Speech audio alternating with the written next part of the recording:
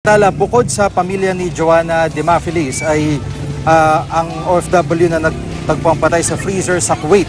Sa pangpamilya ng OFW ang nananawagan ng tulong dahil ilang buwan nila lang hindi nakukontak ang kanilang kaanak. May live report si Maris Umali. Maris.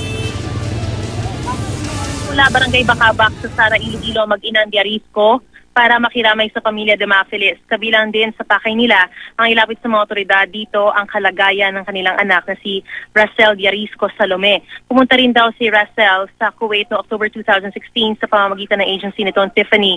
Matapos ang isang buwan, saka lang siya nakatawag at nakapagpadala ng pera sa kanyang asawa at 3 anak sa Pasig. Simula noon, hindi na raw nakakontakt sa kanila si Racel. May 6 na buwan na raw nilang hindi siya nakakausap. Inireport daw ito ng pamilya sa agency.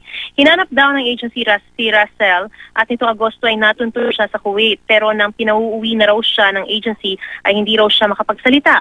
Hinala nila may gamot na pinaiinom sa kanyang amo kaya hindi na makausap at parang takot na takot. Humihingi sila ng tulong na mapauwi ang anak kahit wala na raw pera basta umuwi ng buhay. Humihingi sila ng tulong kay Pangulong Duterte na maaksyonan ito. Nananawagan sila sa mga otoridad na matulungan silang mahanap si Racel bago pa mahuli ang lahat. Nangangamba sila na kung di maaksyonan agad, baka raw matulad si Racel kay Joanna. Ang OWA inaksyonan at ipinadala na rin sa embahada natin sa Kuwait ang pakiusap ng mag-inang Diarisco para mahanap at mapauwi na si Racel. Patuloy naman ang pagdating ng mga nakikiramay sa burol ni Joanna. Narito pa rin ang OWA at DSWD para sikasuhin ang pangangailangan ng pamilya. Jiggy? Maraming salamat, Maris Umali.